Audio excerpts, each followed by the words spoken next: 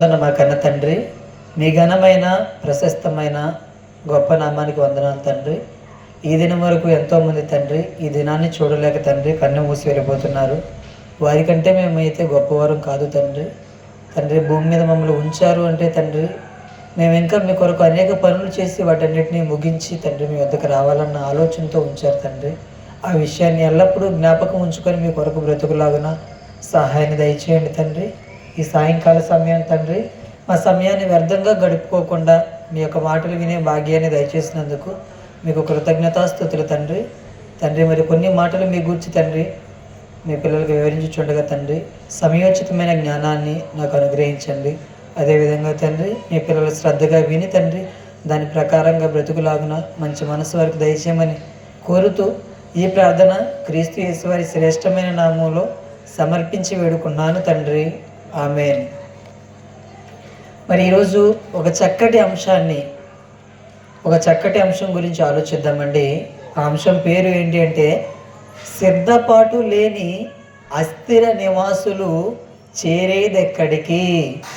సిద్ధపాటు లేని అస్థిర నివాసులు చేరేదెక్కడికి. మరి ఇందులో మొదటిగా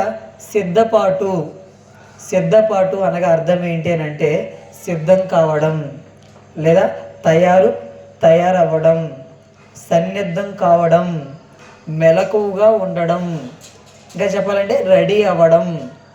మరి ఇది ఎక్కువగా మనం ఎప్పుడు చూస్తుంటాము అని అంటే, మనం ఎక్కడికైనా ఒక ప్రాంతం నుంచి మరొక ప్రాంతానికి వెళ్తున్నాం అనుకోండి, అప్పుడు ఏం చేస్తుంటాము, మనం ట్రైన్కి కానివ్వండి, బస్సుకి కానివ్వండి, ఎక్కడికైనా వెళ్ళాలి కాబట్టి అది ట్రైన్ టైము 10 గంటలకు అనుకోండి, మనం ఏం చేస్తుంటాము, 10 గంటలకి ట్రైన్ వస్తుంది అని అంటే మనం ముందుగానే సిద్ధపాటు కలిగి ఆ ట్రైన్ వచ్చే సమయానికి ముందుగానే ఒక అరగంట గంట ముందుగానే సిద్ధపడి అక్కడ ఉంటాం. అంతే కదండి. ట్రైన్ 10 గంటలకంటే మనం ఇంటి దగ్గర 10:30కి బయలుదేరితే ఉంటుందా? ఉండదు. అంటే మనం ఎక్కడికైనా ఒక ప్రాంతం నుంచి మరొక ప్రాంతానికి ప్రయాణం చేసేటప్పుడు ముందుగా సిద్ధపడతాం. ముందుగా అన్నిటినీ కూడా సిద్ధం చేసుకొని ఉదయాన్నే లేచి మన పనులన్నీ ముగించుకొని ఎక్కడికైతే వెళ్దాం అనుకుంటున్నామో దానికోసం సిద్ధపడుతుంటాం. ఇది ఎక్కడ కనిపిస్తుంది అంటే, ప్రయాణాలకు కానివ్వండి, స్కూల్కి వెళ్ళే విషయంలో కానివ్వండి, పిల్లలు స్కూల్కి వెళ్ళే విషయంలో కానివ్వండి, మరి పెద్దలు పనికి వెళ్ళే విషయంలో కానివ్వండి, ఇలా ప్రతిదానికి కూడా మనం ఎక్కడికైనా వెళ్ళేటప్పుడు, ఒక ప్రయాణం చేసేటప్పుడు ఈ సిద్ధపాటు అనేది మనం చూస్తుంటాం. అవునా కదండి. తర్వాత అస్థిర నివాసులు అంటే అర్థం ఏంటి? అస్థిర నివాసులు అని అంటే, అస్థిర అంటే స్థిరం కాని, నివాసులు అనగా నివసించేవారు, అనగా అస్థిర నివాసులు అనగా స్థిరం కాని నివాసులు. ఇంతకీ స్థిరం కాని నివాసులు ఎవరు? భూమి మీద బ్రతుకుతున్న మనుషులంతా కూడా ఈరోజు ఏమనుకుంటున్నారు అని అంటే, ఈ లోకమే శాశ్వతము, ఇక్కడే మనం కలకాలం ఉంటాము అని చెప్పేసి ఒక భ్రమలో ఉంటున్నారండి. మరి ఇక్కడ గమనించవలసిన ఒక విషయం కూడా ఉంది. ఏంటి ఆ విషయం అని అంటే, భూమి మీద పుట్టుకొస్తున్న ఏ వ్యక్తి కూడా ఈ లోకంలో శాశ్వతంగా ఉండనప్పటికీ, దాన్ని మన కళ్ళతో చూస్తున్నప్పటికీ కూడా ఎలా బ్రతుకుతున్నాము అని అంటే, ఇదే శాశ్వతం, ఈ లోకమే శాశ్వతం, ఈ బ్రతుకే శాశ్వతం అని మనుషులంతా కూడా భావిస్తున్నారండి. అవునా కదండి. మన కళ్ళ ముందే మన కుటుంబ సభ్యుల్లో కానివ్వండి, మన బంధువుల్లో కానివ్వండి, మన ఇరుగు పొరుగు వారిలో కానివ్వండి, ఎంతోమంది చనిపోతూ ఉంటారు. మనం కూడా వెళ్తుంటాం, ఆ సమాధి కార్యక్రమం దగ్గరికి వెళ్తుంటాము, అవన్నీ చూస్తుంటాము, వారి గురించి బాధపడుతుంటాము, మరలా వచ్చేస్తుంటాం. అక్కడికి వెళ్ళాక ఏమనుకుంటామండి, అయ్యో మొన్నటి వరకు మనతో ఉండేవాడండి, ఈరోజు చనిపోయాడండి, లేడండి అని చెప్పేసి అనుకుంటాం. తర్వాత మరలా ఏమనుకుంటాము, ఈ లోకమే శాశ్వతం, ఈ లోకంలో ఎన్నో సంపాదించాలి అని ఎన్నిటి కోసం ఆశపడుతూ ఎలా బ్రతుకుతూ ఉంటాము అని అంటే, ఈ లోకం శాశ్వతం కాదు అని చూస్తున్నప్పటికీ కూడా ఈ లోకమే శాశ్వతం అన్నట్లుగా బ్రతుకుతున్నామండి. మరి మనమంతా కూడా ఈ బ్రతికేది స్థిర నివాసుల అంటే స్థిర నివాసులు కాదు. ఫర్ ఎగ్జాంపుల్ ఆలోచిద్దామండి. మరి విశాఖపట్నం అనగా పెద్ద సిటీ. మరి ఈ సిటీలో మరి విశాఖపట్నంలోనే పుట్టిన వారు మాత్రమే ఉంటారా అంటే కాదండి. ఇటువైపు ఒడిస్సా కానివ్వండి, ఇంకా మిగిలిన తెలంగాణ కానివ్వండి, ఇంకా ఎన్నో రాష్ట్రాల నుంచి వచ్చిన వారు, ఎన్నో దేశాల నుంచి వచ్చిన వారు కూడా ఏం చేస్తూ ఉంటారంటే ఇక్కడ నివాసులుగా ఉంటారు. మరి ఇలా నివాసులుగా ఉన్నవారు వాళ్ళ స్థిర నివాసుల అంటే వాళ్ళ సొంత ఊరు ఇది కాదు. వారు ఉన్న ప్రాంతాల్లో వారికి ఉపాధి లేకపోవడం వల్ల ఏదైనా ఒక సిటీకి వెళ్ళి అక్కడ మనము ఏదో ఒక పని చేసుకొని బ్రతుకుదామని చెప్పేసి ఏంటి వాళ్ళ యొక్క జీవనోపాధి కోసం వచ్చి ఎంతోమంది నివసించేవారు ఉంటారండి. వాళ్ళ మాటలు బట్టి మనం చెప్పవచ్చు. కొంతమంది హిందీ మాట్లాడతారు, ఒడియా మాట్లాడతారు, రకరకాల భాషలు మాట్లాడేవారు ఉంటారు. అంటే మరి వారిది ఈ విశాఖపట్నం ఏంటి స్థిరమా అంటే కాదు. వాళ్ళు వేరే ప్రాంతం నుంచి ఈ యొక్క ప్రాంతానికి ఒక పనిని చేసుకోవడానికి వచ్చారు. అలాగే మరి ఈరోజు భూమి మీద ఉన్న మనుషులంతా కూడా ఈ లోకంలో స్థిర నివాసుల, స్థిరంగా ఎల్లప్పుడూ ఇక్కడ ఉండిపోతారా? ఇదే మన సొంత స్థలమా అంటే బైబిల్లోకి వెళ్ళి కొన్ని విలువైన మాటలను చూసుకొని ముందుకు వెళ్దామండి. యాకోబు పత్రిక 4వ అధ్యాయము, యాకోబు పత్రిక 4వ అధ్యాయము 13-14 వచనాలు మనం చూడగలిగితే చదవండి అంతే. యాకోబు పత్రిక 4వ అధ్యాయము 13-14 వచనాలు. నేడైనను రేపైనను ఒకానొక పట్టణంలోకి వెళ్ళి అక్కడ ఒక సంవత్సరం ఉండి వ్యాపారం చేసి లాభము సంపాదించము రండని చెప్పుకుని వారులారా, రేపేమి సంభవించునో మీకు తెలియదు. మీ జీవమేపాటిది, మీరు కొంతసేపు కనబడి అంతలో మాయమైపోవు ఆవిరి వంటి వారే. చూడండి, మరి ఇప్పుడే చెప్పుకున్న ఉదాహరణగా నేడైనను రేపైనను ఒకానొక పట్టణమునకు వెళ్ళి అక్కడ ఒక సంవత్సరం ఉండి వ్యాపారం చేసి లాభం సంపాదించము రండని చెప్పుకునే వారులారా. ఏమంటే మనం ఉన్న ప్రాంతంలో చూస్తే మనకి ఏం కూడా ఆదాయం ఏమి ఉండట్లేదు. ఏదైనా ఒక పట్టణానికి వెళ్దాము, వెళ్ళి అక్కడ ఏదో ఒక వ్యాపారం చేద్దాము, కొంత సంపాదిద్దాం అని చెప్పేసి అనుకుంటున్నారట. ఇలా అనుకుంటూ ఉంటే వారి గురించి ఏమనుకుంటారంటే, మీరైతే ఏమనుకుంటున్నారు, మీరున్న ప్రాంతాన్ని విడిచిపెట్టి మరొక ప్రాంతానికి వెళ్ళి అక్కడ వ్యాపారం చేసి డబ్బు సంపాదిద్దాం అనుకుంటున్నారు. ఓకే, మంచిది. కానీ ఇక్కడ అసలు విషయం ఏంటంటే రేపేమి సంభవించునో మీకు తెలియదు. రేపు ఏమి సంభవించదో మీకు తెలియదు. మీ జీవం ఏపాటిది అని అంటే మీరు కొంతసేపు కనబడి అంతలో మాయమైపోవు ఆవిరి వంటి వారే.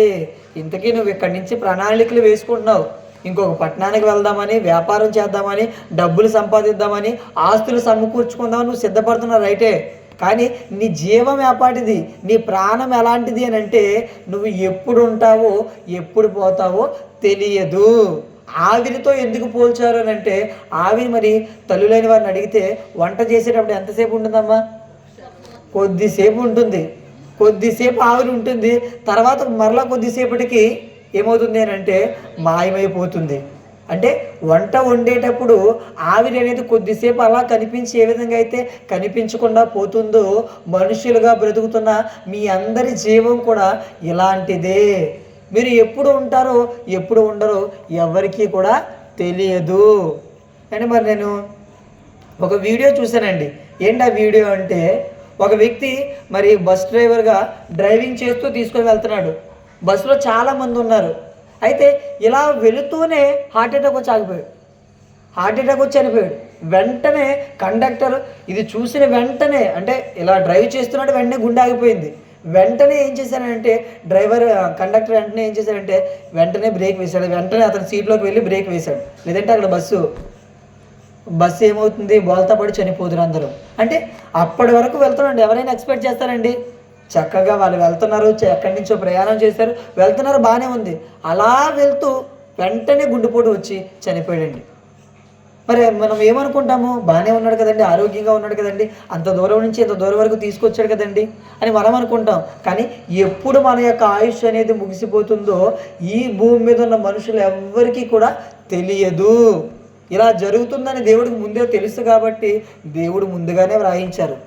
మరి మరొక మంచి మాటను చూడగలిగితే సామెతల గ్రంథము 27వ అధ్యాయము, సామెతల గ్రంథము 27వ అధ్యాయము ప్రారంభ వచనం చూడగలిగితే, సామెతల గ్రంథము 27వ అధ్యాయము మొదటి వచనం చూడగలిగితే, రేపటి దినమును గూర్చి అతిశయపడకుము, ఏ దినమున ఏది సంభవించునో అది నీకు తెలియదు.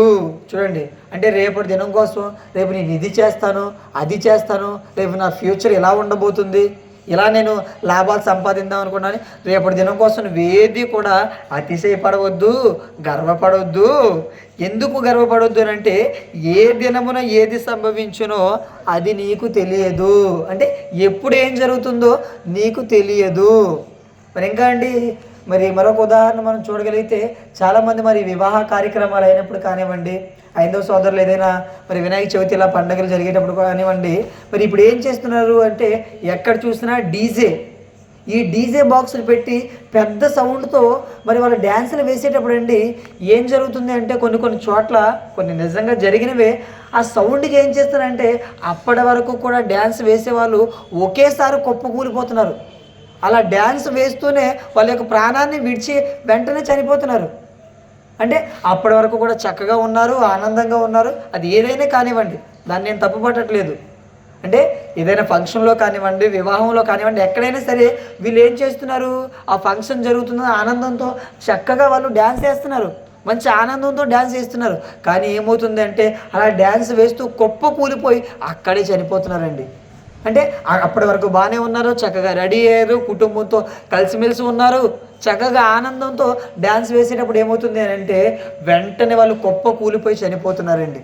అంటే మనిషి యొక్క ఆయుష్కాలం ఎప్పుడు ముగిసిపోతుందో తెలియదా అంటే, ఎప్పుడు ముగిసిపోతుందో ఎవరికీ కూడా తెలియదు. భూమి మీద ఏ మనిషి కూడా ఎంతకాలం ఉంటాడో ఎవ్వరు కూడా చెప్పలేము. ఎంతకాలం ఉంటామో ఎవ్వరు కూడా చెప్పలేము. అంటే ఇప్పుడు ఎంతకాలం మనిషి బ్రతుకుతాడో తెలియలేనప్పుడు, అలా తెలియకుండా మనిషి భూమి మీద బ్రతికేటప్పుడు స్థిర నివాసులు అవుతారా, అస్థిర నివాసులు అవుతారా? అస్థిర నివాసులు. స్థిరం అంటే ఏంటి? ఫర్ ఎగ్జాంపుల్, ఇక్కడ నాకు ఒక ఇల్లు ఉందనుకోండి, ఏమంటే మా సొంత ఇల్లు అండి అని చెప్పేసి అనుకుంటామండి. అదే అద్దెకు తీసుకున్నాం అనుకోండి, ఏమంటాము? ఏంటి అది మా సొంతం కాదండి, అద్దుకుంటున్నామండి అని చెప్తామనా కదా? అలాగే ఈ భూమి మీద మనం స్థిరంగా ఎల్లప్పుడూ ఉండిపోతే ఇది స్థిర నివాసం అవుతుంది. మరి ఈ భూమి మీద ఎప్పుడు ఉంటామో, ఎప్పుడు చనిపోతామో, ఎప్పుడు మన కాలం వస్తుందో తెలియలేనప్పుడు మనం అస్థిర నివాసులమేనా? అస్థిర నివాసులమే. మరి భూమి మీద అస్థిర నివాసులుగా ఉన్న మనము ఏం చేయాలంటే, మన టైటిల్లో సిద్ధపాటు లేని అస్థిర నివాసులు చేరేది ఎక్కడికి అంటే, భూమి మీద మనుషులుగా బ్రతుకుతున్న మనమంతా కూడా అస్థిర నివాసులము, స్థిరమైన నివాసులం కాము. మరి ఇలా అస్థిర నివాసులుగా ఉన్న మనకేం కావాలి? సిద్ధపాటు కావాలా? ఒకవేళ సిద్ధపాటు లేకపోతే ఏం జరుగుతుంది? మనం ఎక్కడికి చేరుతాం? మొదటిగా మనకు సిద్ధపాటు అవసరమా? భూమి మీద అస్థిర నివాసులుగా ఉన్న మనకు సిద్ధపాటు అవసరమా అని అంటే, పౌలు గారు కొరింథీయులకు రాసిన మొదటి పత్రిక, అపోస్తులైన పౌలు గారు కొరింథీయులకు రాసిన మొదటి పత్రిక 16వ అధ్యాయము 13వ వచనం మనం చూడగలిగితే, మొదటి కొరింథీ పత్రిక 16వ అధ్యాయం 13వ వచనం, మెలకువగా ఉండుడి, విశ్వాసమందు నిలకడగా ఉండుడి, పౌరుషం గలవారై ఉండుడి, బలవంతులై ఉండుడి. చాలండి. మెలకువగా ఉండుడి అంటే అలర్ట్గా ఉండండి. మరి మనం రైల్వే స్టేషన్కి వెళ్ళినప్పుడు కూడా మనకి ఏమవుతుంది అని అంటే, ట్రైన్ వచ్చే ముందు ఏమవుతుంది? అనౌన్స్మెంట్ చేస్తారు, ఈ ట్రైను ఈ ప్లాట్ఫామ్ నెంబర్కి రాబోతుంది, అందరూ సిద్ధంగా ఉండండి, అందరూ కూడా అలర్ట్గా ఉండండి అని చెప్పేసి మనం చెప్తుంటారు. అలాగే ఇక్కడ దేవుడు కూడా మెలకువగా ఉండండి అంటే సిద్ధంగా ఉండండి, అలర్ట్గా ఉండండి అని చెప్తున్నారు. ఇంతకీ భూమి మీద బ్రతుకుతున్న మనము దేనికోసం సిద్ధంగా ఉండాలి? దేనికోసం సిద్ధపాటు కలిగి ఉండాలి? ఏ విషయంలో మెలకువగా ఉండాలి? ఏ విషయంలో అలర్ట్గా ఉండాలి అనే విషయాల గురించి మనం ఆలోచిద్దామండి. మరి మొదటిగా మార్క్స్ వార్త 13వ అధ్యాయము, మార్క్స్ వార్త 13వ అధ్యాయము 32-33 వచనాలు మనం చూడగలిగితే, మార్క్స్ వార్త 13వ అధ్యాయము 32-33, ఆ దినమును గూర్చియు ఆ గడియను గూర్చియు తండ్రి తప్ప ఏ మనుష్యుడైనను పరలోకమందలి దూతలైనను కుమారుడైనను ఎరుగరు. జాగ్రత్త పడుడి, మెలకుగా నుండి ప్రార్థన చేయుడి, ఆ కాలం ఎప్పుడు వచ్చునో మీకు తెలియదు. చూడండి, మరి ఈ మాటలో ఏం కనిపిస్తుంది? మరొక మాటను చూస్తే మరలా ఇక్కడికి వద్దాం. మత్తయి సువార్త 24వ అధ్యాయము, మత్తయి సువార్త 24వ అధ్యాయము 42వ వచనం. మత్తయి సువార్త 24వ అధ్యాయం 42వ వచనం. కావున ఏ దినమున మీ ప్రభు వచ్చునో మీకు తెలియదు గనుక మెలకుగా నుండుడి. ఇక్కడ కూడా చెప్తున్నారండి, సేమ్ సందర్భం. ఇందుకే దేనికోసం అంటే, ఏ దినము మీ ప్రభు వచ్చునో మీకు తెలియదు. భూమి మీద క్రైస్తవులుగా దేవుని వాక్యం తెలిసిన దేవుని పిల్లలుగా మనందరికీ ఒక విషయం తెలుసు. ఏంటి ఆ విషయం అని అంటే, భూమి మీద బ్రతుకుతున్న మనందరికీ కూడా ఒకానొక కాలాన యేసుక్రీస్తు వారి లోకానికి ఒకసారి భూమి మీదకి వచ్చి అందరి కోసం ప్రాణం పెట్టారు. అదేవిధంగా మరొకసారి ఆయన రెండవ రాకడలో వస్తారు భూమి మీదకి.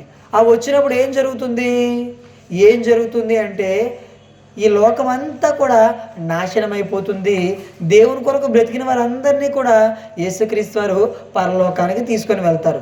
అవునా కదండి? ఈ విషయం క్రైస్తవులుగా మనందరికీ కూడా తెలుసు. అయితే మరి ఇంతకీ ఆ యేసుక్రీస్తు వారు వచ్చే ఆ రాకడ, ఆ డేట్, లేదంటే ఆ మంత్, ఆ ఇయర్ అంటే ఏ తేదీన, ఏ నెలలో, ఏ సంవత్సరంలో యేసుక్రీస్తు వారు ఈ లోకానికి వస్తారన్నది ఎవరికైనా తెలుసా అండి? ఎవరికి తెలియదు. మరి ఆ విషయాన్ని కూడా దేవుడు బైబిల్లో రాయించారు. ఏంటంటే, కావున ఏ దినమున మీ ప్రభు వచ్చునో మీకు తెలియదు, అందుకే మీరు ఎలా ఉండాలి? మెలకుగా ఉండాలి. అలాగే మార్కు సువార్త ఇప్పుడు మనం చదువుకున్న మాట, ఆ దినమును అంటే ఏ దినము? యేసుక్రీస్తు వారు వచ్చే ఆ రెండవ రాకడ, ఆ వచ్చే దినమును గూర్చి ఆ గడియ అంటే ఏ రోజు వస్తారు, ఏ సంవత్సరం వస్తారో, ఏ నెలలో వస్తారో, ఏ తేదీన వస్తారో, ఏ టైంకి వస్తారో ఆ గడియను గూర్చి తండ్రి తప్ప ఏ మనుషుడైనను పరలోకమందలి దూతలైనను కుమారుడైనను ఎరుగరు. అంటే యేసుక్రీస్తు వారు ఈ భూమి మీదకి ఏ సంవత్సరం, ఏ నెల, ఏ తేదీ, ఏ టైంలో వస్తారో ఎవ్వరికీ కూడా తెలియదు.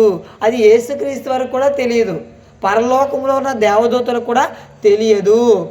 దేవుడు ఎప్పుడైతే యేసుక్రీస్తు వారిని లోకానికి వెళ్ళమని చెప్తారో ఆయన ఈ లోకానికి వస్తారు. ఈ లోకమంతా యుగ సమాప్తి చేస్తారు. మొత్తం అంతా కూడా నాశనం చేసి భూమి మీద దేవుని కొరకు బ్రతికిన వారు, పరదేశంలో దేవుని కొరకు బ్రతికిన వారిని అందరినీ కూడా తీసుకొని పరలోకానికి వెళ్తారు. అంటే మరి అందుకని ఏమంటున్నారు? ఏ దినాన్ని వస్తారో తెలియదు, జాగ్రత్త పడుడి. చూడండి ఎలా చెప్తున్నారు, జాగ్రత్త పడుడి, మెలకుగా ఉండి ప్రార్థన చేయుడి, ఆ కాలం ఎప్పుడు వచ్చునో మీకు తెలియదు. యేసుక్రీస్తు ఎప్పుడు వస్తారో మీకు తెలియదు కాబట్టి మీరు జాగ్రత్త పడమన్నారు. ఎందుకు జాగ్రత్త? యేసుక్రీస్తు వారి రాకడికి భూమి మీద క్రైస్తవులుగా బ్రతుకుతున్న మనకు ఉన్న ఆ లింక్ ఏంటి అని అంటే, యేసుక్రీస్తు వారు వచ్చేసరికి మనం ఎలా ఉండాలి? ఎగ్జాంపుల్ చెప్తాను. ట్రైన్ వచ్చేసరికి మనం ఎలా ఉండాలి? మనము విశాఖపట్నం నుంచి విజయవాడ వెళ్ళాలనుకుంటున్నాం. విశాఖపట్నం నుంచి విజయవాడ వెళ్ళాలనుకున్న మనము ఈ ప్రాంతం నుంచి మరి విశాఖపట్నం రైల్వే స్టేషన్కి వెళ్తాము. వెళ్ళిన మనము ట్రైను ఏ ప్లాట్ఫామ్ మీదకి వస్తుంది, ఎన్ని గంటలకు వస్తుందో అనేది మనం తెలుసుకొని ఏం చేయాలి? ట్రైన్ వచ్చేసరికి కరెక్ట్గా సిద్ధపాటు కలిగి మనం ఇక్కడి నుంచి ముందుగా బయలుదేరి, ట్రైన్ ఎప్పుడైతే వస్తుందో దానికంటే ముందుగానే మన ఇంటి దగ్గర బయలుదేరి రైల్వే స్టేషన్కి వెళ్ళి ఏ ప్లాట్ఫామ్ మీద వస్తుందో మనం తెలుసుకొని, ఎన్ని గంటలకు వస్తుందో తెలుసుకొని అక్కడ దానికంటే ముందుగానే ఏం చేయాలి? పిల్లలు సైలెంట్గా ఉండండి. అది ఎప్పుడు వస్తుందో మనం ఏం చేయాలి? ఆ ట్రైన్ వచ్చే సమయానికి ముందుగానే అది వచ్చేస్తుంది కాబట్టి మనం సిద్ధపాటు కలిగి ఉండాలి.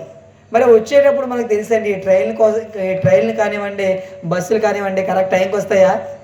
ఏది టైంకి రాదు. కానీ మనం ఏం చేస్తుంటాము? ఆ ట్రైన్ కానివ్వండి, బస్సు కానివ్వండి కరెక్ట్ సమయానికి రాదని మనకు తెలుసు కాబట్టి ఇంకా ముందుగానే అది వచ్చే టైంకి ముందుగానే మనం సిద్ధపడి ఉంటాము. ఎందుకంటే ఒక్కొక్కసారి ముందు వచ్చేస్తుంటాయి, ఒక్కొక్కసారి లేట్ అయిపోతుంటాయి. అయితే కరెక్ట్ సమయానికైనా రావచ్చు, లేదంటే ముందైనా రావచ్చు, లేదంటే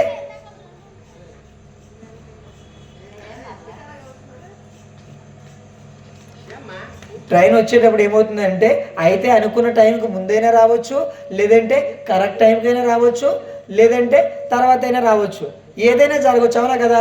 అందుకని మనం ఏం చేస్తాము, మనం ఎట్టి పరిస్థితుల్లో ట్రైన్ మిస్ అవ్వకూడదని ఏం చేస్తుంటాము, ట్రైన్ 10 గంటల కంటే 9 గంటలకే వెళ్ళి కూర్చుంటాం. 10 గంటల కంటే 9 గంటలకు వెళ్ళి కూర్చుంటాం రైల్వే స్టేషన్లో, అవునా కదా. అయితే అది ముందు వచ్చేస్తే ముందెక్కేయడానికి, కరెక్ట్ టైంకి వచ్చినా తర్వాత వచ్చినా సరే ముందుగా మనం ఏం చేస్తుంటాము, సిద్ధపాటు కలిగి ఉంటాం. ఇప్పుడు యేసుక్రీస్తు వారు రెండవ రాకడలో వచ్చి మనల్ని తీసుకొని వెళ్ళాలి అంటే మనం ఎలా ఉండాలి, సిద్ధపాటు కలిగి ఉండాలి. అదేవిధంగా ఆయనకు వచ్చేసరికి మనం ఎలా ఉండాలి అంటే దేవుని పిల్లలుగా ఆయన వచ్చేటప్పుడు ఆయనతో పాటు మనం వెళ్ళాలి అంటే దేవుని కొరకు బ్రతుకుతూ అనేక కార్యక్రమాల్లో ఉంటూ ఎలా ఉండాలి, అలర్ట్గా ఉండాలి. అంటే ఎప్పుడు యేసుక్రీస్తు వారు వచ్చినా ఆయనతో పాటు మనం వెళ్ళిపోవడానికి సిద్ధంగా ఉండాలి. మరి కొంతమంది ఏం చేస్తుంటారంటే వాళ్ళకి కావాల్సిన వారు ఎవరైనా వస్తున్నారు అనుకోండి, ఏం చేస్తుంటారు, ఎదురు చూస్తూ ఉంటారు. ఇంకెన్ని గంటలకు వస్తారు, వాళ్ళు వచ్చే ముందే, వాళ్ళు రాకుండా ముందే వీళ్ళు ఏం చేస్తుంటారంటే ఎప్పుడు వస్తారని ఎదురు చూస్తూ ఉంటారు. కరెక్ట్గా రెడీ అయి ఉంటారు, వాళ్ళు వచ్చేసరికి కరెక్ట్గా వాళ్ళు రాగానే వాళ్ళతో పాటు బయలుదేరి వెళ్ళిపోతారు. ఇప్పుడు అదేవిధంగా భూమి మీద బ్రతుకుతున్న మనం కూడా యేసుక్రీస్తు వారు వచ్చి వాళ్ళందరినీ తీసుకొని వెళ్ళాలంటే ఆయన వచ్చేసరికి మనం ఎలా ఉండాలి, సిద్ధపాటు కలిగి ఉండాలి. భూమి మీద బ్రతుకుతున్న క్రైస్తవులుగా మనము దేవుని కొరకు బ్రతుకుతూ అనేక కార్యక్రమాలు చేస్తూ ఏం చేయాలి, సిద్ధపాటు కలిగి ఉండాలి. అలా ఉంటేనే యేసుక్రీస్తు వారు వచ్చి తీసుకొని వెళ్తారు. మనం సిద్ధపాటు కలిగి లేమనుకోండి, యేసుక్రీస్తు వారు వచ్చేసరికి మనం దేవుని పనిని విడిచిపెట్టి మన పనిలో మనం మునిగిపోయామనుకోండి, ఆయన తీసుకెళ్తారా. ఇప్పుడండి ట్రైన్కి వెళ్ళాలి, ట్రైన్ 10 గంటలకు అనుకున్నాము, మనము 10 గంటల వరకు కూడా మన పనిలో ఉండిపోయాం అనుకోండి, ఇంక ట్రైన్ మన కోసం ఆగుతుందా, అండ్ ఇంకా రావాల్సిన వాళ్ళు ఉన్నారు, వాళ్ళు ఎక్కించుకొని తీసుకొని వెళ్తామని ఆగుతుందా, ట్రైనే కాదు బస్సులు కూడా ఆగవు. మరి ఈ విషయంలో కూడా మరి స్టూడెంట్స్ విషయంలో మనం ఆలోచిస్తే మరి వీళ్ళు కొన్ని ఎగ్జామ్స్ రాసేటప్పుడు, కాంపిటేటివ్ ఎగ్జామ్స్ అవన్నీ రాసేటప్పుడు, నీట్ ఎగ్జామ్ కానివ్వండి, తర్వాత ఇంకా కొన్ని ఎగ్జామ్స్ ఉన్నాయండి. ఈ ఎగ్జామ్స్ రాసేటప్పుడు 1 నిమిషం ఆలస్యమైనా సరే వాళ్ళని ఎలా చేయరండి, 1 నిమిషం కరెక్ట్గా 10 గంటల లోపల మీరు లోపల ఉండాలి. 10 దాటితే మిమ్మల్ని ఎలా చేయమని అంటే ఆ 1 నిమిషంకి వచ్చిన వాళ్ళు కూడా వాళ్ళు అనుమతించలేని వారు ఉన్నారండి. అంటే భూమి మీద లోక సంబంధమైన పరీక్షల్లో ఒక పరీక్ష రాసేటప్పుడు 1 నిమిషం ఆలస్యంగా వచ్చారండి, వాళ్ళే లోపలికి మరి రానివ్వలేనప్పుడు యేసుక్రీస్తు ఎలా తీసుకొని వెళ్తారండి, ఎవరైనా తీసుకెళ్లరు. అంటే భూమి మీద మనమే దేనికైనా ఒక సమయము, సందర్భం, ఆ సమయానికంతా సిద్ధపాటు కలిగి ఉండాలి అని అనుకున్నప్పుడు, దానికోసమే మనం ఎంతో సిద్ధపాటు కలిగి ఉన్నప్పుడు మరి మనం ఆ పరలోకం కోసం ఎదురు చూసేటప్పుడు ఆ పరలోకం మనం వెళ్ళాలి అంటే దానికి ముందు జరగవలసింది ఏంటి అంటే యేసుక్రీస్తు వారి లోకానికి రావాలి. ఆయన వస్తేనే మనం పరలోకానికి వెళ్ళాలి. మరి అలా వచ్చి ఆయన కోసం మనం ఏమైనా ఎదురు చూస్తున్నామా, దేవుని పనుల కోసం ఏమైనా ఆలోచిస్తున్నామా, దేవుని కార్యక్రమాల కోసం ఏమైనా ఆలోచిస్తున్నామా? దేవుని పనుల కోసము, దేవుని కార్యక్రమాల కోసము, అనేక ఆత్మలను రక్షించడానికి మనం ఏ ప్రయత్నం చేయకుండా ఉంటే యేసుక్రీస్తు వారు వస్తే మనం ఎలా తీసుకెళ్తారండి? ఫైనల్లో మంచి ఉదాహరణ ఉంది, అది చూద్దాం. అంటే మొదటిగా మనం క్రైస్తవులుగా దేనికోసం సిద్ధపాటు కలిగి ఉండాలి అంటే యేసుక్రీస్తు వారి రాకడికి సంబంధించి మనం సిద్ధపాటు కలిగి ఉండాలి. ఇది ఫస్ట్ది. మరి రెండవది ఏంటి అని అంటే మనం చెప్పుకున్నట్లుగా భూమి మీద బ్రతుకుతున్న మనిషి యొక్క ఆయుష్కాలంలో మనం ఎప్పుడు ఆయుష్కాలం ముగిసిపోతుందో తెలుసా? మన యొక్క ఆయుష్కాలం ఎప్పుడు ముగిసిపోతుందో తెలుసా అంటే ఎవ్వరికీ తెలియదు. మరి ఒక మంచి సందర్భాన్ని చూద్దాము. ఒక మనిషి ఏమనుకుంటున్నాడో బైబిల్లో మనం చూడగలిగితే లూకాసు వార్త 12వ అధ్యాయము 19-20 వచనాలు మనం చూడగలిగితే, లూకాసు వార్త 12వ అధ్యాయము 19-20 వచనాలు మనం చూడగలిగితే, నా ప్రాణముతో ప్రాణమా అనేక సంవత్సరములకు విస్తారమైన ఆస్తి నీకు సమకూర్చబడి ఉన్నది, సుఖించుము, తినుము, త్రాగుము, సంతోషించుమని చెప్పుకొందుననుకొనెను. అయితే దేవుడు, వెర్రివాడ, ఈ రాత్రి నీ ప్రాణమును అడుగుచున్నారు, నీవు సిద్ధపరిచినవి ఎవరి వగునని అతనితో చెప్పాను. చూడండి, సందర్భం ఏంటంటే ఒక ధనవంతుడు ఉన్నాడు. ఆ ధనవంతుడికి పంట బాగా పండింది. మరి దాన్ని అంతా కూడా సమకూర్చుకోవడానికి అనేక కొట్లు కట్టించుకున్నాడు. అనేక కొట్లు కట్టించుకొని ఆ ధనాన్ని అంతటినీ కూడా ఏం చేశాడు అంటే మొత్తం అంతా కూడా సిద్ధం చేసుకొని భద్రపరుచుకున్నాడు. ఇప్పుడు భద్రపరుచుకొని ఏమనుకున్నాడంటే మనసులో ఏమనుకున్నాడంటే నా ప్రాణమా, నా ప్రాణంతో ప్రాణమా, ఏ పిల్లలు ఎదురు కూర్చోండి, ఇటువంటి తిరగకుండా. ఇప్పుడు అనేక సంవత్సరాలకు సరిపడా సంపాదించుకొని తనలో తను మాట్లాడుకున్నాడు అనమాట. అనుకున్నాడు ఏమని అని అంటే, నా ప్రాణముతో ప్రాణమా, అనేక సంవత్సరములకు విస్తారమైన ఆస్తి నీకు సమకూర్చబడి ఉన్నది, సుఖించుము, తినుము, త్రాగము, సంతోషించమని చెప్పుకుందుననుకొనెను. అంటే ఏమనుకున్నాడు అంటే, నాకేముంది, చాలా ఆస్తి సమకూర్చుకున్నాను, చాలాది ఉంది నాకు, నేను ప్రశాంతంగా ఇంక సుఖంగా ఉండొచ్చు అని అనుకున్నాడండి. అనుకుంటే ఇప్పుడు దేవుడు ఏమని చెప్తున్నాడు అంటే, అయితే దేవుడు, వెర్రివాడా, ఈ రాత్రి నీ ప్రాణమును అడుగుచున్నారు, నీవు సిద్ధపరిచినవి ఎవని వగునని అతనితో చెప్పాను. మరి వెర్రివాడా, నువ్వేమనుకున్నావంటే నేను చాలా సంపాదించుకున్నాను, చాలా వెనకేసుకున్నాను, నాకు ఏ ప్రాబ్లం లేదు, నేను చక్కగా కాలు మీద కాలు వేసుకొని కూర్చొని తినవచ్చని నువ్వు అనుకుంటున్నావు, నువ్వు అన్నీ సమకూర్చుకున్నావు, నీకు కావాల్సినవన్నీ ఉన్నాయి. ఈ రాత్రే నువ్వు ఇప్పుడు సుఖంగా ఉన్నాయనుకున్నావు కదా, ఈ రాత్రే నీ ప్రాణాన్ని అడుగుతున్నారు. అంటే ఈ రాత్రి నీ ప్రాణం తీసేమని పరదేశంలో ఉన్నవారు అడుగుతున్నారు. ఇప్పుడు నీ ప్రాణం పోతే నువ్వు సంపాదించినవన్నీ కూడా ఏం చేస్తావు? ఏది కూడా చేయలేవు, అవునా కదా? అంటే భూమి మీద మనిషి యొక్క ఆయుష్కాలం ఎప్పుడు ముగిసిపోతుందో ఎవరికీ తెలియదు. నువ్వు ఎన్ని కోట్లు సంపాదించుకున్నా, ఎంత ఆస్తి సంపాదించుకున్నా, ఎంత బంగారము, విలువైన వజ్రాలు, వైడూర్యాలు సంపాదించుకున్నా, లేదంటే ఎన్ని భూములు సంపాదించుకున్నా, లేదంటే ఎన్ని స్థలాలు కొనుక్కున్నా, ఎన్ని పొలాలు కొనుక్కున్నా, ఇవన్నీ కూడా నీకంటే కొంచెం ఎక్కువ కాలమే ఉంటాయి. కానీ నువ్వెప్పుడు పోతావో తెలియదు. అదే చెప్తున్నాడు ధనవంతుడితో, నువ్వు అన్నీ సమకూర్చుకున్నా బాగానే ఉంది, కానీ నీ ప్రాణం అడుగుతున్నారు. ఇప్పుడు నీ ప్రాణం పోయిందనుకో, ఎవరు అనుభవిస్తారు? అవన్నీ విడిచిపెట్టి వెళ్ళిపోవాలి. అంటే దేనికోసం సిద్ధపాటు కలిగి ఉండాలి అని అంటే, యేసుక్రీస్తు వారు ఈ భూమి మీదకి ఎప్పుడు వస్తారో తెలుసా? యేసుక్రీస్తు వారు ఈ భూమి మీదకి ఎప్పుడు వస్తారో ఆయన వచ్చే కాలం తెలియదు. రెండోది ఏంటి అంటే, నీ మరణం ఎప్పుడు వస్తుందో నీకు తెలియదు. నీ మరణం ఎప్పుడు వస్తుందో నీకు తెలియదు, యేసుక్రీస్తు వారు ఎప్పుడు వస్తారో నీకు తెలియదు. మరి 2 సందర్భాల్లో నువ్వేం చేయాలి అంటే, నువ్వు సిద్ధపాటు కలిగి ఉండాలి. దేవుని కోసము, ఆ నిత్య జీవం కోసం నువ్వేం చేయాలి? సిద్ధపాటు కలిగి భూమి మీద దేవుని కొరకు భయభక్తులతో బ్రతుకుతూ ఆయన యొక్క పనుల్లో చేస్తూ నువ్వు ఎప్పుడు కూడా సిద్ధంగా ఉన్నావు అనుకో, నువ్వు చనిపోయినా పరదేశికి వెళ్తావు, తర్వాత పరలోకానికి వెళ్తావు. లేదంటే యేసుక్రీస్తు వారు వచ్చినా ఆయన పరలోకానికి తీసుకొని వెళ్తారు.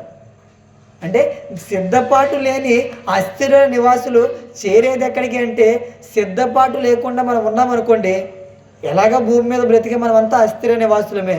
ఇలా అస్థిర నివాసులే మనము సిద్ధపాటు కలిగి ఉండాలి. మరి ఈ సిద్ధపాటు లేకుండా ఒకవేళ మనం భూమి మీద బ్రతుకుతున్నాం అనుకోండి, ఏం జరుగుతుంది అని అంటే, భూమి మీద మనం ఎక్కడికైనా వెళ్దాం అనుకున్నాం, దానికి సిద్ధపాటు కలిగి లేమనుకోండి, ఏమవుతుంది? మనం అనుకున్న గమ్యానికి చేరగలమా? ఇప్పుడు ఒక ప్రాంతం నుంచి ఒక ప్రాంతానికి వెళ్ళాలనుకున్న మనము సిద్ధపాటు లేమనుకోండి, సిద్ధపాటు కలిగి లేము. ఇప్పుడు ఏమవుతుంది? అనుకున్న గమ్యాన్ని చేరుకోగలరా? చేరుకోలేరు, అవునా కదా? ఒక పరీక్ష కోసము పిల్లలు ఎంతో కష్టపడి చదువుకున్న వాళ్ళు, ఎంతో కష్టపడి పరీక్ష కోసం మరి సంవత్సరాలు చదువుకున్న వారు, కరెక్ట్గా పరీక్ష వచ్చేసరికి నువ్వు శుభ్రంగా పరీక్ష 10 గంటల కంటే నువ్వు ఇంటి దగ్గర 9 గంటలు లేచి అక్కడికి 10:30కి వెళ్ళావు అనుకోండి, ఎలా చేస్తారా? నువ్వు సంవత్సరాలు పడి శుభ్రంగా చదువుకున్నావు, ఎంతో కష్టపడ్డావు, కానీ కరెక్ట్గా పరీక్ష వచ్చేసరికి నువ్వు సిద్ధపాటు కలిగి లేవు కాబట్టి నువ్వు అనుకున్నది ఏదైతే ఉందో దాన్ని నువ్వు సాధించలేవు. అది ఏ విషయంలో అయినా మనం ఎక్కడికి వెళ్ళాలన్నా ఏం చేస్తుంటామంటే, ముందుగా సిద్ధపాటు కలిగి ఉంటాం. ఒక పెళ్ళికి వెళ్ళాలన్నా, ఒక ఫంక్షన్కి వెళ్ళాలన్నా, దేనికి వెళ్ళాలన్నా ఏం చేస్తాము? అన్నిటికీ కూడా సిద్ధపాటు కలిగి ఉంటాం.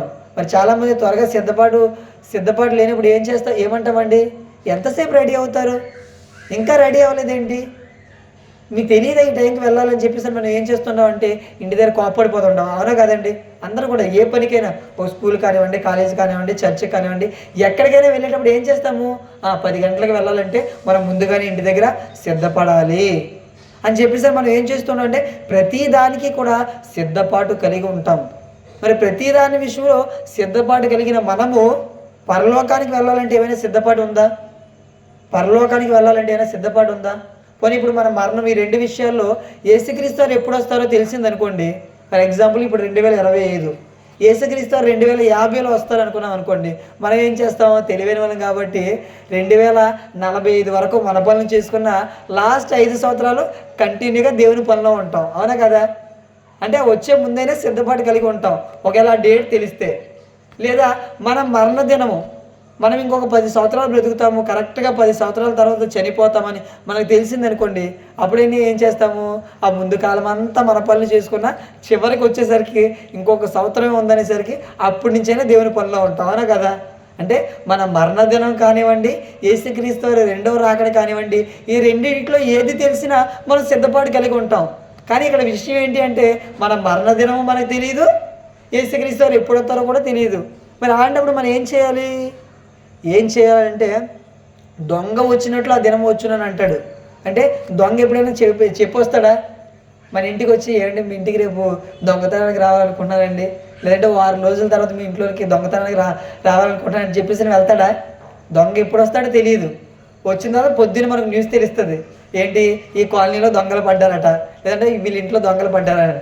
అంటే దొంగ ఏ విధంగా ఎప్పుడు వస్తాడో తెలియదు, యేసుక్రీస్తు వారు ఎప్పుడు వస్తారో తెలియదు, మన మరణం ఎప్పుడు వస్తుందో తెలియదు, యేసుక్రీస్తు వారు ఎప్పుడు వస్తారో ఈ భూమి మీదకి తెలియలేనప్పుడు క్రైస్తవులుగా, దేవుని వాక్యం తెలిసిన వారుగా ఈ భూమి మీద ఎలా ఉండాలంటే ఎల్లప్పుడూ కూడా సిద్ధపాటు కలిగి ఉండాలి. అందుకని వాక్యపఠనం చదువుకున్నది మెలకువగా ఉండండి, అంటే అలర్ట్గా ఉండండి. ఎందుకు అలర్ట్గా ఉండమన్నారంటే ఇదిగో ఏ దినము ఏం జరుగుతుందో తెలియదు, అందుకనే అలర్ట్గా ఉండాలి. మరి చివరిగా ఒక మంచి ఉదాహరణ చూసుకొని ముగించుకుందామండి. మత్తయి సువార్త 25వ అధ్యాయము ప్రారంభ వచనం నుంచి నేను చదువుతాను చూడండి. మత్తయి సువార్త 25వ అధ్యాయము ప్రారంభ వచనం నుంచి నేను చదువుతాను. పరలోక రాజ్యము తమ దివిటీలు పట్టుకొని పెండ్లు కుమారుని ఎదుర్కొనుటకు బయలుదేరిన 10 మంది కన్యకులను పోలి ఉన్నది. ఇక్కడ ఒక ఎగ్జాంపుల్ చెప్తున్నారు. ఏంటి ఆ ఎగ్జాంపుల్ అంటే పరలోకానికి వెళ్ళడానికి ఒక 10 మంది ఏం చేశారట, 10 మంది కన్యకులు పరలోక యేసుక్రీస్తుని ఎదుర్కోవడానికి దివిటీలు పట్టుకొని సిద్ధంగా ఉన్నారట. ఎదుర్కొంటూ బయలుదేరిన 10 మంది ఉన్నారట. వీరిలో ఈ 10 మంది ఉన్నారు. ఈ 10 మందిలో వీరిలో 5గురు బుద్ధి లేని వారు, 5గురు బుద్ధి గలవారు. 10 మంది ఉన్నారు కదండి. 10 మందిలో 5గురు ఒకలా ఉన్నారు, 5గురు మరొకలా ఉన్నారట. అందులో ఒకరెవరు అంటే బుద్ధి కలిగిన వారు, మరొకరు బుద్ధి లేని వారు.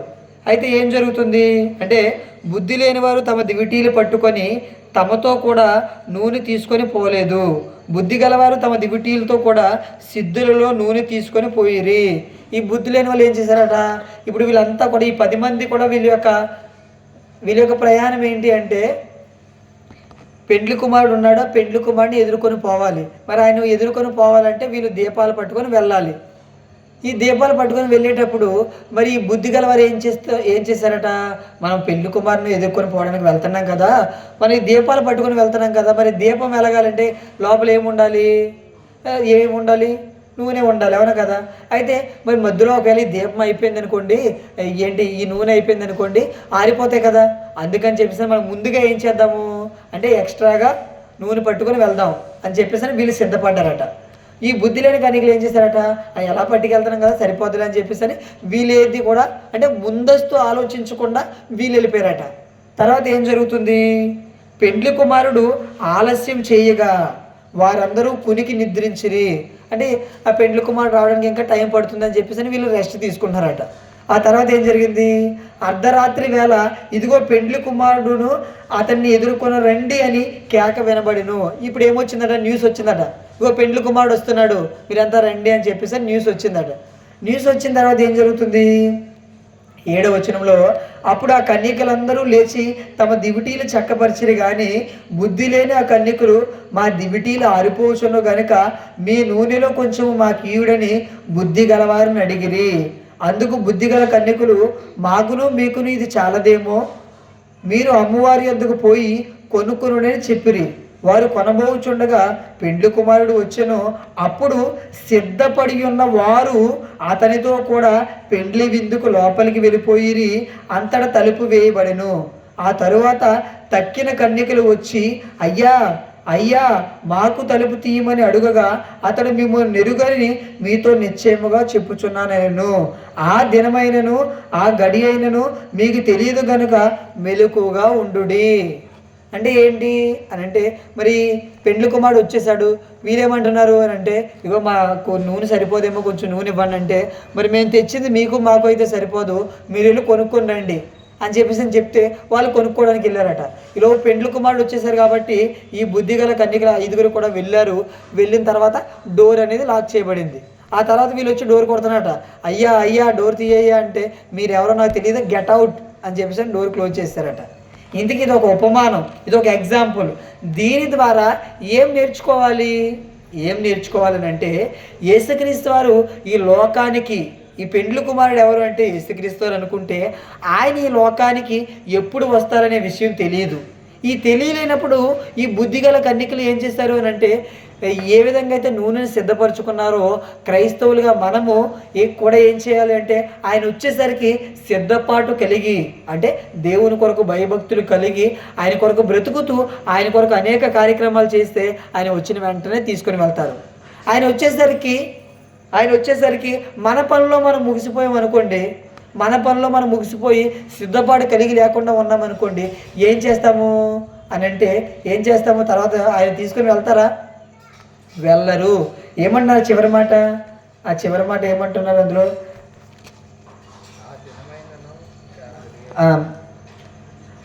12వ వచనం, అతడు మిమ్మును నెరుగునని మీతో నిశ్చయముగా చెప్పును. అంటే అయ్యా అయ్యా మాకు తలుపు తీయమని అంటే, అతడు మిమ్మల్ని నెరుగునని మీతో నిశ్చయముగా చెప్పినంటే గెట్ అవుట్, మీరు ఎవరో నాకు తెలియదు అంటారట. అంటే దేవుని కొరకు బ్రతికేవారైనా మనమైనా సరే సిద్ధపాటు కలిగి లేకపోతే, యేసుక్రీస్తు రాకడ విషయంలో కానివ్వండి, మన జీవితం ఎప్పుడు ముగిసిపోతుందో ఆ విషయం మనకు తెలియలేనప్పుడు, మనం సిద్ధపాటు కలిగి లేకపోతే మనం ఎక్కడికి వెళ్తాము? పరలోకానికి వెళ్ళగలుగుతామా అంటే పరలోకానికి వెళ్ళలేము. ఏమండి, ఇప్పటివరకు నేను చాలా కార్యక్రమాలు చేశానండి, ఎన్నో చేశానండి, దీంతో వెళ్ళిపోతాను అనుకుంటే సరిపోదండి. ఎంతవరకు మనం దేవుని పని చేయాలి అంటే, దేవుని పనిని మనం ఎంతకాలం చేయాలని అంటే, మన ఆయుష్కాలం ఎంత ఇచ్చారో అంతకాలం దేవుని పని చేయాలి. అంటే మనకి ఎంత ఆయుష్కాలము అని అంటే, దేవుడు మనకు ఆయుష్కాలం ఇస్తున్నారు అని అంటే ఆయన పని ఉంది అని. ఆయన ఆయుష్కాలాన్ని, మన జీవితకాలాన్ని ముగించేశారంటే అంతవరకే మన పనులని. మరి ఎంత బ్రతికున్నామంటే అర్థం ఏంటి? ఇంకా పనులు చేయాలనే కదా. అంటే భూమి మీద మనకు ఆయుష్కాలం ఇవ్వబడుతుంది అని అంటే మనం దేవుని పనిలో ఉండి సిద్ధపాటు కలిగి ఉండాలి. మన మరణదినం ఎప్పుడు వస్తుందో మనకు తెలియదు, యేసుక్రీస్తు వారు ఎప్పుడు వస్తారో మనకు తెలియదు. కాబట్టి మనం ఎల్లప్పుడూ కూడా సిద్ధపాటు కలిగి ఉండాలి.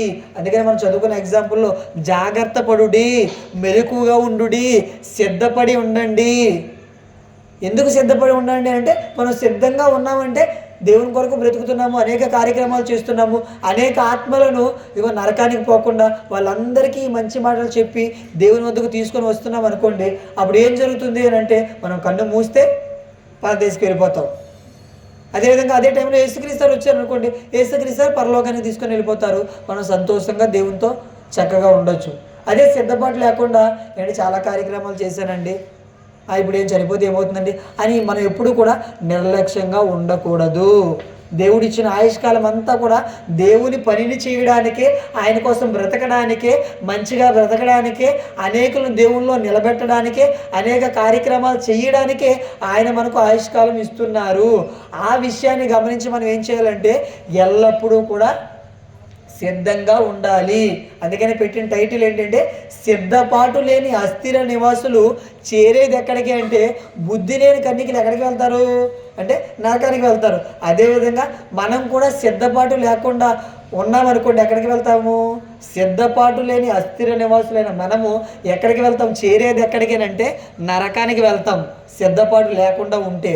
కాబట్టి దేవుని పిల్లలుగా దేవుని జ్ఞానాన్ని తెలిసిన వారు మనమంతా కూడా ఏం చేయాలి అంటే ఎల్లప్పుడూ దేవుని పనుల కోసము, దేవుని యొక్క కార్యక్రమాల కోసము, అనేక ఆత్మలను రక్షించడానికి మన వంతు ప్రయత్నం మనం ఎల్లప్పుడూ చేయాలి. కాబట్టి చాలా సందర్భాల్లో మనం ఏమనుకుంటాము అని అంటే ఏమంటే ఎన్ని చేసినా ఇంకెంతే అండి, ఇక్కడ ఎవరో మారండి అని చెప్పేసి మనం ఏ విషయంలో కూడా నిరుత్సాహపడాల్సిన అవసరం లేదు. ఎందుకు అని అంటే మన వంతు బాధ్యతగా మనం చెయ్యాలి. మన వంతు బాధ్యతగా మనం చెయ్యాలి. చేసిన తర్వాత వాళ్ళు మారారనుకోండి, వాళ్ళ బ్రతుకులు బాగుంటాయి. మారలేదనుకోండి వాళ్ళు దేవుడికి లెక్క చెప్పుకోవాలి. అవునా కదా? ఇప్పుడు మనం ఇలా రోడ్డు మీద వెళ్ళేటప్పుడు అక్కడ ఒక పెద్ద కాలం ఉందనుకోండి, వాళ్ళు ఏదో పనులు చేస్తున్నారు, దానికోసం పెద్ద ఒక గొయ్యి తీశారు. అది మనం ఇద్దరు వెళ్తున్నాము, మనం దాన్ని చూస్తాము, మరొక వ్యక్తి చూడలేదు. ఆ వ్యక్తికి మనం బాబు అక్కడ గొయ్యి ఉందో చూసుకో అంటే లేదు, గొయ్యి ఉంటే ఏమి నీకేమి, నేను ఇలాగే వెళ్తాను అనుకోండి, ఏమవుతుంది? వెళ్ళ గొయ్యిలో పడిపోతాడు. అవునా కదా? నువ్వు మంచి చెప్పావు, వాడు విన్నంటే వాడు కర్మ పోతాడు. అవునా కదా? అలాగే మనం ఎవరూ రావడం లేదని ఎవరి విషయంలో కూడా నిరుత్సాహపడాల్సిన అవసరం లేదు. మన వంతు ప్రయత్నాలుగా మనం అన్నీ చేసుకుంటూ వెళ్ళిపోయి దేవుని గురించిన మంచి మాటలు అనేకులకు చెప్పే ప్రయత్నాలు మనం అన్నీ చేయాలి. వారు ఆ మాటలు స్వీకరించి వారు దేవుని దగ్గరికి వచ్చారా, ఓకే, వెల్ అండ్ గుడ్. లేదు రాలేదనుకోండి, వారు దేవునికి లెక్క చెప్పుకోవాలి. కానీ మన బాధ్యత మాత్రము మనము కన్ను మూసేంత వరకు కూడా చెయ్యాలి. యేసుక్రీస్తు వారు వచ్చేంత వరకు, మనం చనిపోయేంత వరకు కూడా మన యొక్క పనిని, దేవుడు అప్పగించిన పనిని వాటంతటిని కూడా నిర్వర్తించి ఎల్లప్పుడూ కూడా సిద్ధపాటు కలిగి ఉండాలి. ఈ సిద్ధపాటు కనుక మనకి లేకపోతే మనం వెళ్ళేది నరకానికే. కాబట్టి ఈ మాటలు విన్న మీరు ఎల్లప్పుడూ కూడా సిద్ధపాటు కలిగి ఉంటారో లేదంటే సిద్ధపాటు లేకుండా ఉంటారో నిర్ణయం మీకే విడిచిపెడుతూ ఈ మాటలు ముగిస్తున్నాను అండి.